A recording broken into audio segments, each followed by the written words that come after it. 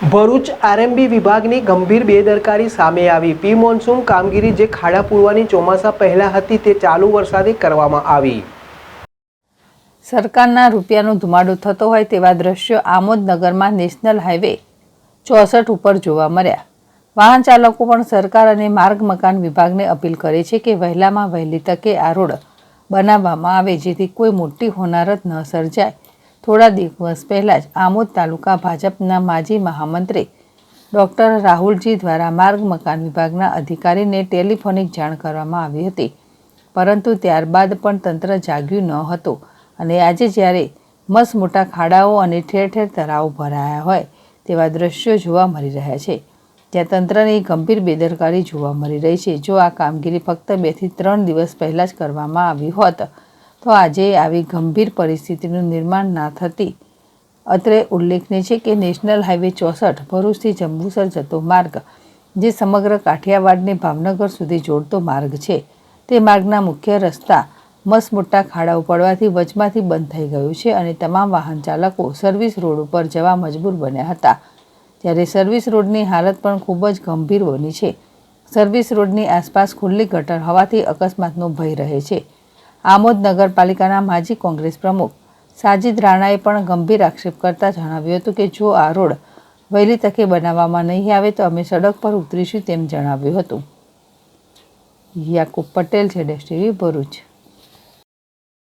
આ ભરૂચ જંબુસર આમોદને જોડતો national 64 highway છે। આમોદ શહેરમાંથી પસાર થાય છે। આ રોડ પહેલાં 13 કરોડના ખર્ચે, ત્યારબાદ 7 કરોડના ખર્ચે બનાવવામાં આવેલો છે। આ રોડ જ્યારથી બનાવવામાં આવ્યો છે ત્યારથી વિવાદમાં પડેલો છે। આ રોડની મરામત અથવા તો કામગીરી બરાબર ના થયેલી હોય, વારંવાર પત્રકાર, વારંવાર આગેવાન, વારંવાર રાજકીય આગેવાનોએ આની રજૂઆત કરવા છતાં પણ આ કામગીરી કરવામાં આવતી નથી। છેલ્લા 6 મહિનાથી એવી હાલત થઈ ગઈ હતી કે આજુબાજુના રહેવાસીના લોકોને જે દળ ઉડે છે તેનો સામનો કરવો પડ્યો હતો। ત્યારે પણ અમે ફોનથી મૌખિક વાત કરેલી હતી સાહેબને કે આ રસ્તા ઉપર એટલો બધો દળ ઉડે છે, તમે કંઈક કરો। આ ગરીબ લોકો પ્રજા રહે છે, એને ખાવા બનાવવા માટે બી તકલીફ પડી રહેલી છે, પણ તેમ છતાંય કોઈ કામ કરવામાં ના આવ્યું। વરસાદનો ટાઈમ છે, આ પહેલા વરસાદની અંદર આ રોડની હાલત આ થઈ ગયેલી છે। 2 ગાડીઓ ફસાયેલી છે।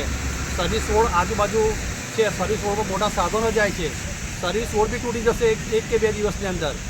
ને જે જાણકારી મળી છે તે પ્રમાણે આ જે રોડની મેટર જે છે તે કોર્ટ મેટર બનેલી છે। કોર્ટ મેટર ક્યારે બનતી હોય? જ્યારે કોઈ તકલાદી કામ કરેલું હોય તો કોર્ટ મેટર બનતી હોય, પરંતુ કોર્ટ મેટર બનેલી હોય તેમ છતાં પણ અહીંની પબ્લિકને, અહીંના રહીશોને, અહીંની ગાડીઓવાળાને, સાધનોને, અવરજવરના લોકોને, 108 એમ્બ્યુલન્સવાળાને, બીમાર લોકોને અહીં આવવા જવામાં એટલી બધી હાલાકી પડી રહેલી છે। સવારમાં ગાડીઓ આવીને 2-3 ગાડી એને ડમ્પિંગ કરીને જતા રહ્યા છે, પણ હવે એનો કોઈ મતલબ નથી। વરસાદ આવતા પહેલાં જે કામગીરી કરવી જોઈતી હતી એ તંત્ર દ્વારા કોઈ કામગીરી કરવામાં આવેલી નથી। આ અધિકારીઓ ના જાણે કેમ આ કામ કરતા નથી, એ સમજ નથી પડતી। આ કેટલી મોટી તકલીફ છે। અહીંયાથી તમે જોઈ શકો છો કે મોટા મોટા સાધનો જે 20 ટાયર, 22 ટાયરના સાધનો અહીં જઈ રહેલા છે। આજે પહેલા વરસાદના હાલત છે તો હજુ તો 120 દિવસ આ ચોમાસાના ચડવાના છે, ત્યારે એની હાલત શું થશે એ કોઈ નક્કી નથી। આ રોડ બજાર આમોદ શહેરને મધ્યમ કક્ષામાંથી નીકળેલો છે। નાના નાના બાળકો જાય છે, અવર જવર કરે છે, પબ્લિક અવર જવર કરે છે। આ ખાડાના હિસાબે કોઈ એક્સિડન્ટ થશે તેની જવાબદારી કોની? તંત્રએ આ કામગીરી કરવી જોઈએ। સરકાર પાસે પૈસા છે, આરએમબી વિભાગે જો પૈસા ના હોય તો સરકાર તેને માંગણી કરવી જોઈતી હતી અને આ કામ કરવું જોઈતું હતું। અત્યારે આ હાલત જુઓ તમે। હવે વરસાદ પડ્યા પછી તમે ડમ્પરથી થોડા માટી બેટર કરીને જતા રહો છો તો એનાથી કોઈ કારણની નિરાકરણ આવતું નથી।